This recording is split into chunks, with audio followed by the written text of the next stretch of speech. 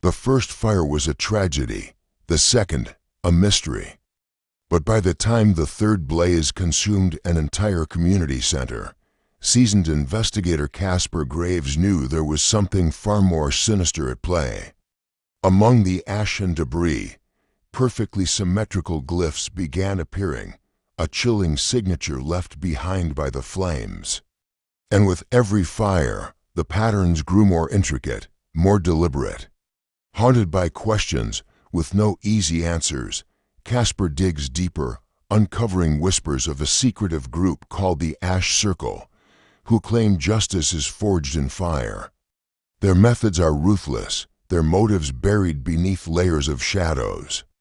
As Casper follows the trail of soot-streaked clues, he finds himself not only hunting the arsonists, but confronting a force that bends the concept of justice into something unrecognizable and dangerously alluring. With the city on edge and Casper's resolve tested, can he stop the flames from consuming everything in their path, or will he discover that some fires can never be extinguished? The glow of embers illuminates the wreckage as Casper Graves steps into the debris of a burned community center. Charred beams crumble underfoot, sending wisps of ash spiraling into the midnight air. Yet it's not the destruction that catches his eye, it's the patterns, perfectly symmetrical geometric symbols etched in black and soot on the floor.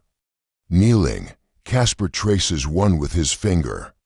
It's deliberate, calculated, no accident leaves behind something this precise. Nearby, the fire chief clears his throat, his face grim. 3 fires this month, same markings at every site, he murmurs. The weight of something sinister presses against Casper's chest. He snaps photographs of the patterns, his resolve hardening. Someone isn't just starting fires, they're sending messages.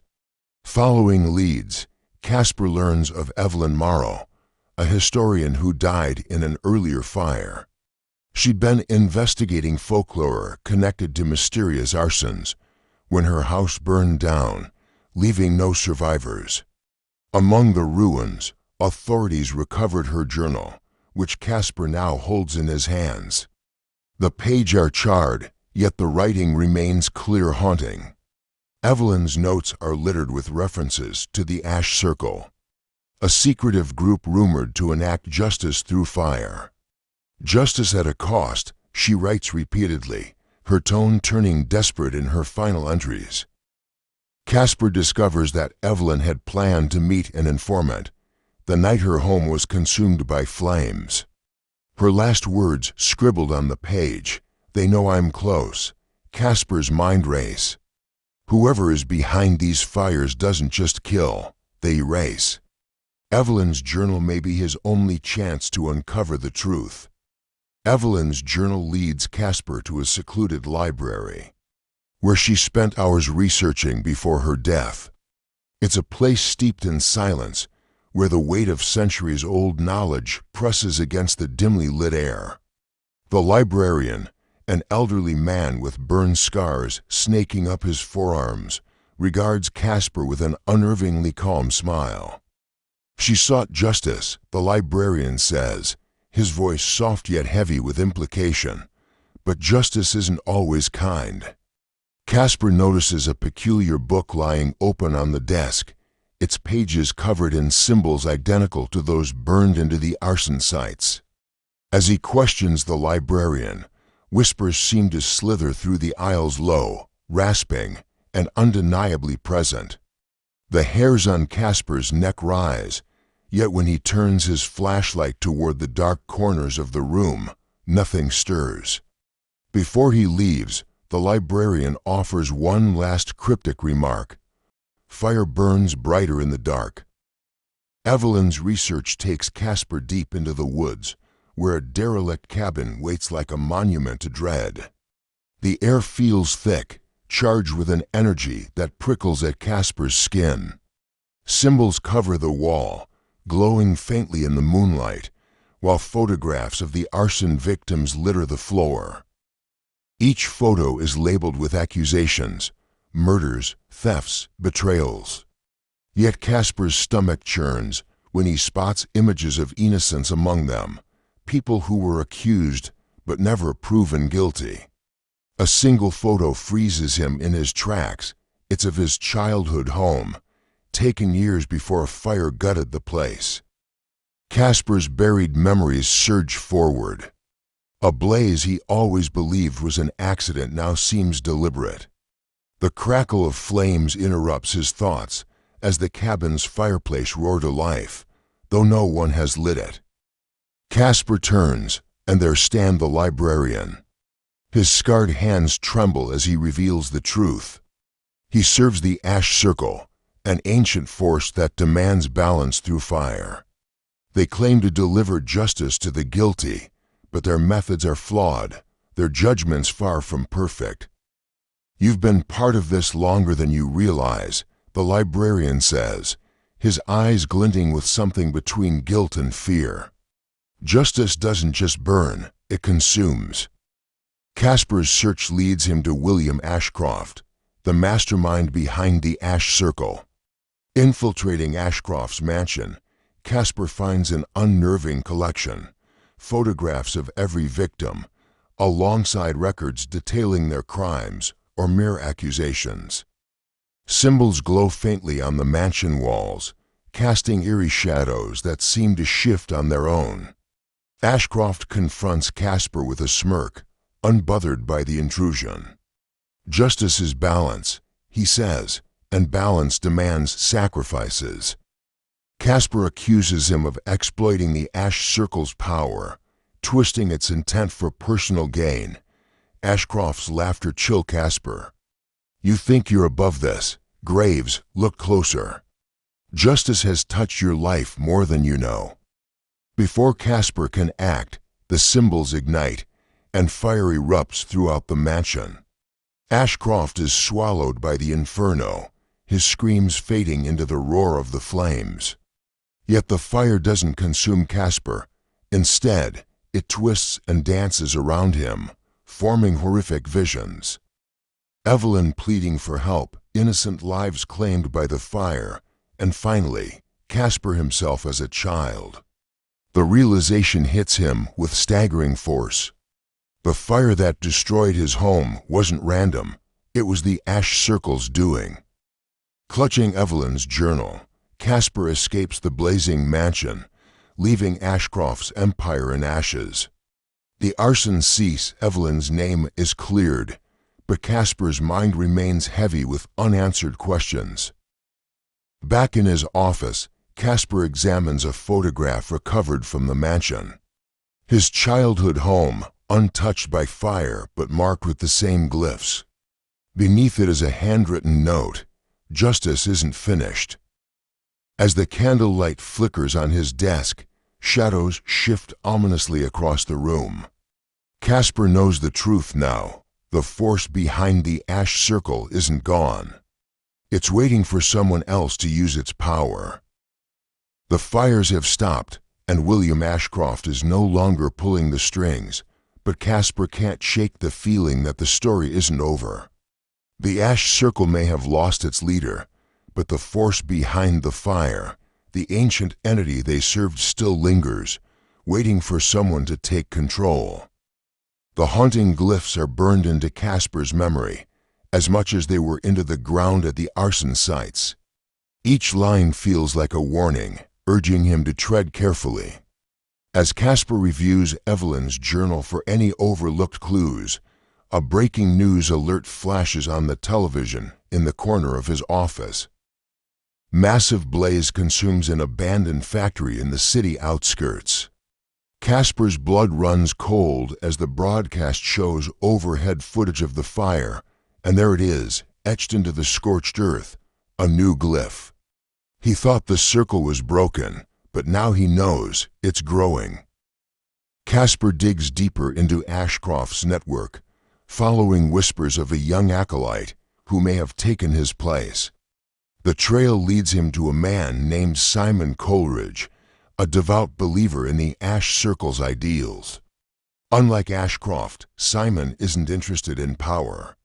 He's convinced the entity is the only way to bring true justice to a corrupt world. He's younger, brash, and dangerously ambitious, traits that make him unpredictable. When Casper confronts Simon in a dimly lit parking garage, he finds the apprentice already waiting for him. Simon's demeanor is unnervingly calm, but his words carry venom. Justice doesn't stop because you want it to, Graves. It's not about us, it's about balance. Simon reveals that he has taken it upon himself to complete the work, targeting institutions and individuals who escape the law. Casper presses him for details, but Simon only smirks, dropping a match onto a line of accelerant before disappearing into the shadows. Flames erupt, cutting off Casper's pursuit, and he narrowly escapes as the blaze consumes the structure. Realizing he's running out of time, Casper turns to the one person who might hold the answers: the scarred librarian who's been his reluctant guide. Under pressure, the librarian confesses the truth about the Ash Circle's origins. The entity is not justice itself. It's a manipulative force that feeds on the belief in justice. Those who wield its power become its puppets, and it's growing stronger with every fire. The librarian warns Casper that the only way to stop the entity is to sever its connection to the mortal world by destroying the remaining glyphs. A task that will require confronting Simon one last time. The abandoned theater looms ahead, its shattered facade casting jagged shadows under the pale moonlight. The air is heavy with an unnatural stillness, broken only by the occasional creak of warped wood and the distant howl of the wind. Casper Graves adjusts his leather gloves, the weight of his gun holstered at his side a somber reassurance. This is it, the end of the line. Inside the theater is a chilling juxtaposition of forgotten grandeur and ominous foreboding. The faded crimson curtains hang lifelessly, their edges scorched and frayed. Rows of seats, once filled with laughter and applause, now sit in eerie silence, coated in layers of dust that swirl in the dim light. Symbols etched in glowing embers sprawl across the walls, their faint luminescence pulsating like a heartbeat. The glyphs seem alive, drawing Casper's eye as if taunting him to approach. At the center of the stage stands Simon Coleridge, bathed in the soft glow of the glyphs. His figure is eerily calm, almost regal, as he meticulously arranges objects for the ritual: a charred ledger, a ceremonial dagger, and a bowl of ash that appears to shimmer unnaturally. His expression is serene, yet his eyes betray a manic intensity.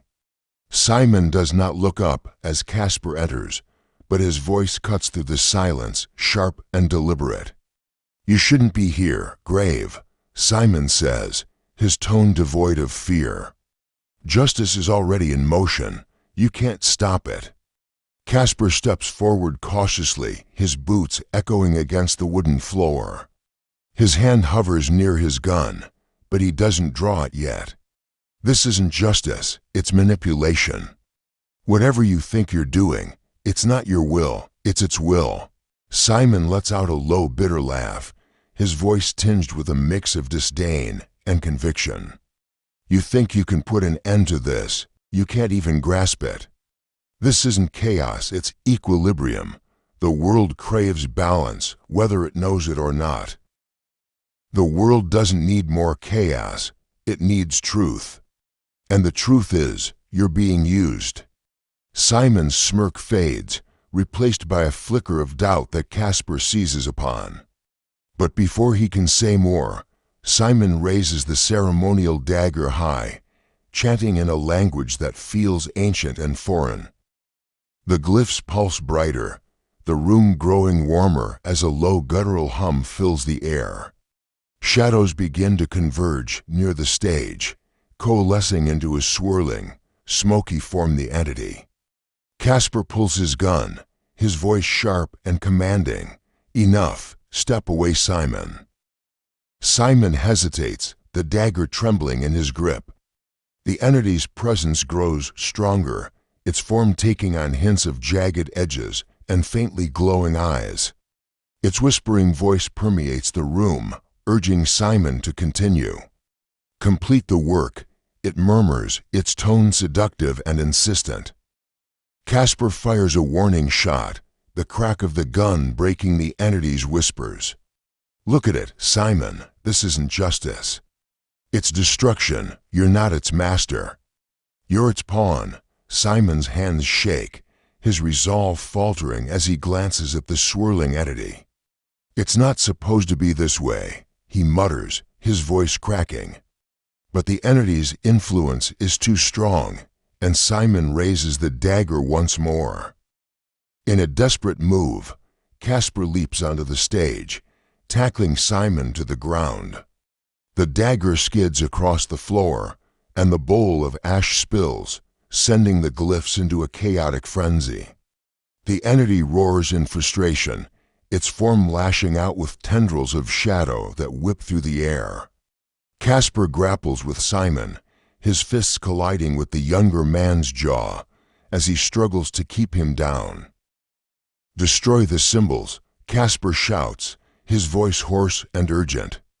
It's the only way to sever the connection. Simon, dazed and bloodied, mutters incoherently as Casper grabs the overturned bowl and hurls it into the nearest glyph. The symbol erupts in a burst of sparks, the embers fading to black. Casper continues smashing and defacing the glyphs one by one as the entity's form begins to waver and dissolve. The room shakes violently, chunks of the ceiling collapsing as the entity lets out a final deafening wail. Casper, exhausted and battered, slumps to the ground as the glowing symbols fade entirely, leaving the theater in darkness. Simon lies motionless beside him, his breathing shallow. The moment is both triumphant and sobering. Casper rises slowly, glancing at the faint light of dawn breaking through the shattered windows. The fight is over, but the cost weighs heavy. The entity is gone, for now, but Casper knows the scars it left behind will linger, both in Simon's fractured mind and his own weary soul. With Simon in custody and the glyphs destroyed, the fires finally stop. Casper should feel relief, but the weight of the case lingers.